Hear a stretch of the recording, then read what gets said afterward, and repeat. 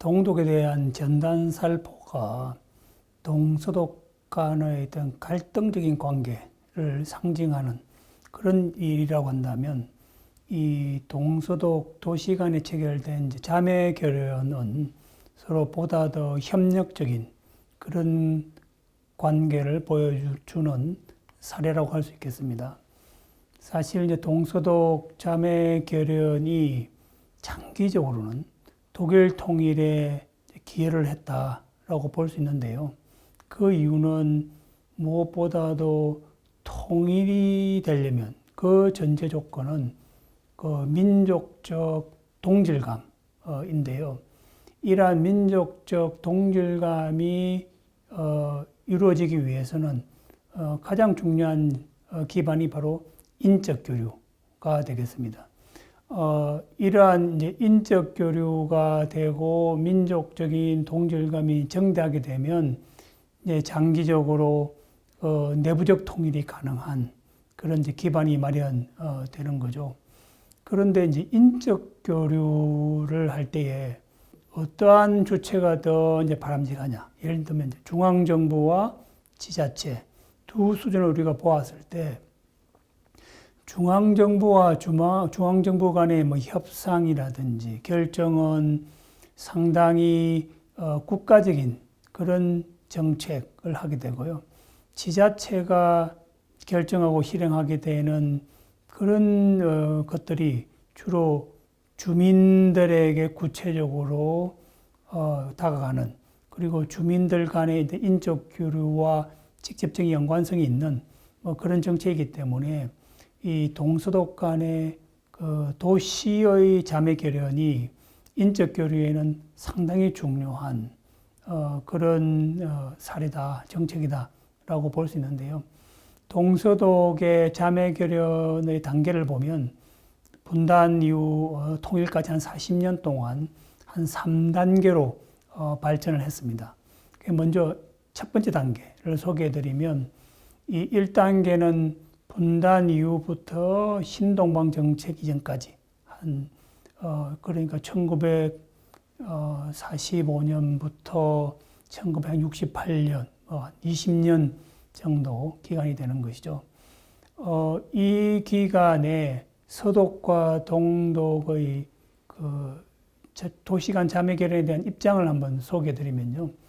서독의 입장은, 당시 서독 정부는 단독 대표권을 표방을 했습니다. 즉, 단독 대표권이라고 하는 것은 독일을 대표하는 정부는 서독 정부이고 동독은 국가로 인정하지 않는 것이죠.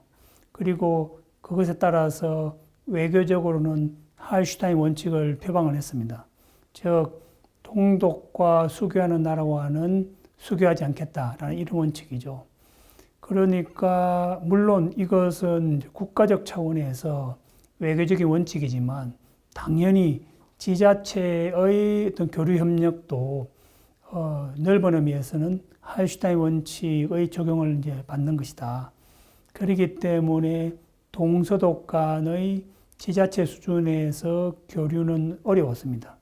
그러니까 동독을 국가로 인정하지 않고 또 동독과 수교를 금지하는 이런 상황에서 지자체 간의 이제 도시 자매 결연은 어려운 상황이었고요.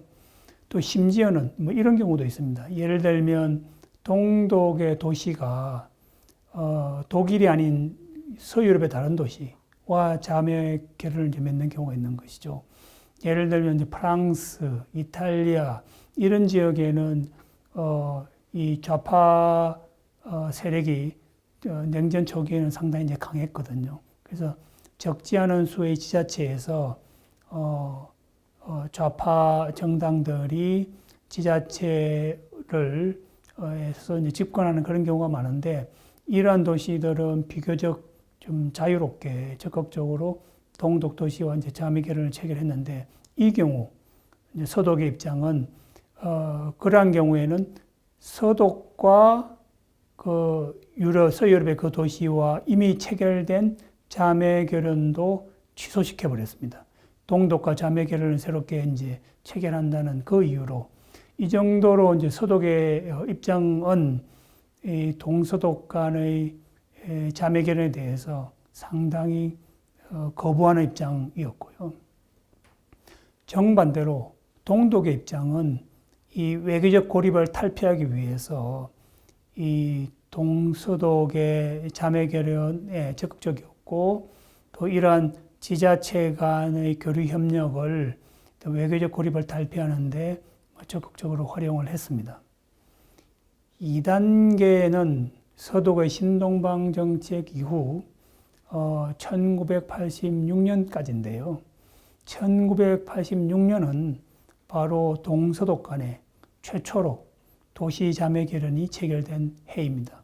그래서 이 기간 동안, 한 거의 20년 이 기간 동안 서독은 아주 적극적으로 지자체 협력을 하려고 했고, 또 동독 정부나 동독의 지자체에게 협력을 제의했습니다. 그 이유는 신동방 정책의 정신이 바로 주민 교류가 통일이라고 하는 목표를 달성하는데 도움이 된다라는 것이고요.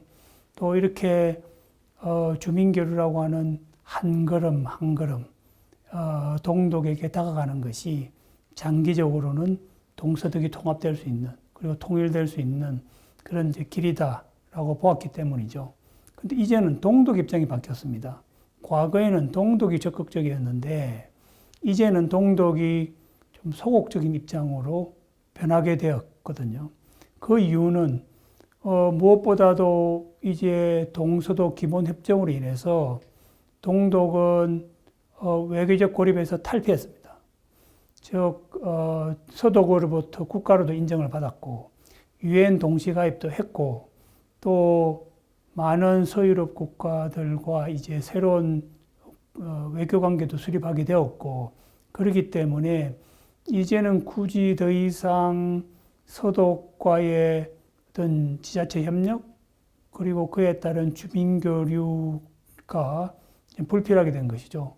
그리고 특히 이제 주민 교류를 활발하게 하게 되면 그것이 이제 동독 사회의 개방을 가져오게 되고, 그리고 이제 체제 위협 요인이 될 수 있기 때문에 이제 동독 입장에서는 상당히 이제 소극적인 입장을 취하게 되었고, 다만 이제 지자체 혹은 협력을 한다면 서독과 하는 것이 아니라 소유럽 국가들과 하는 것은 좀 비교적 긍정적으로 추진을 했습니다.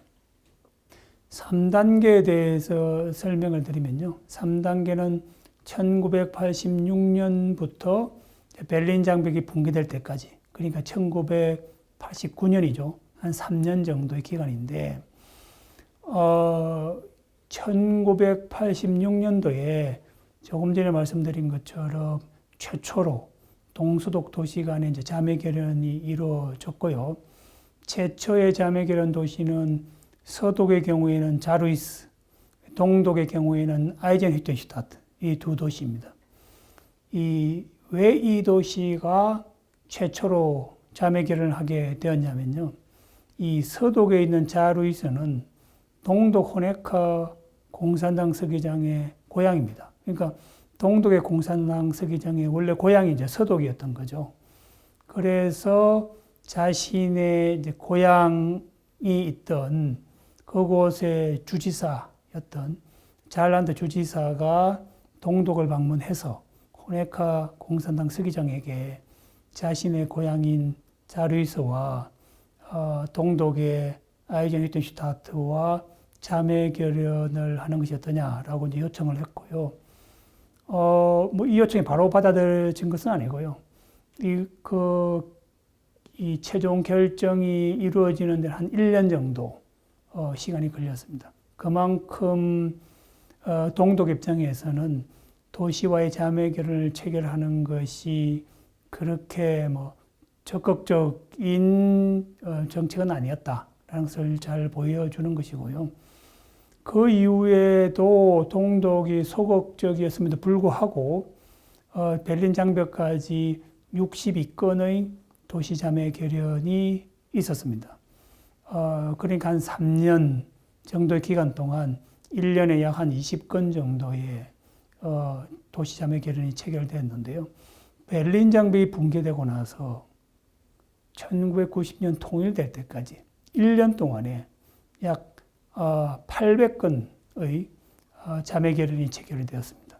그러니까 베를린 장벽이 붕괴되기 전에는 1년에 한 220건 정도였는데 베를린 장벽 붕괴 이후에는 수백 건의 자매 결연이 체결이 된 거죠.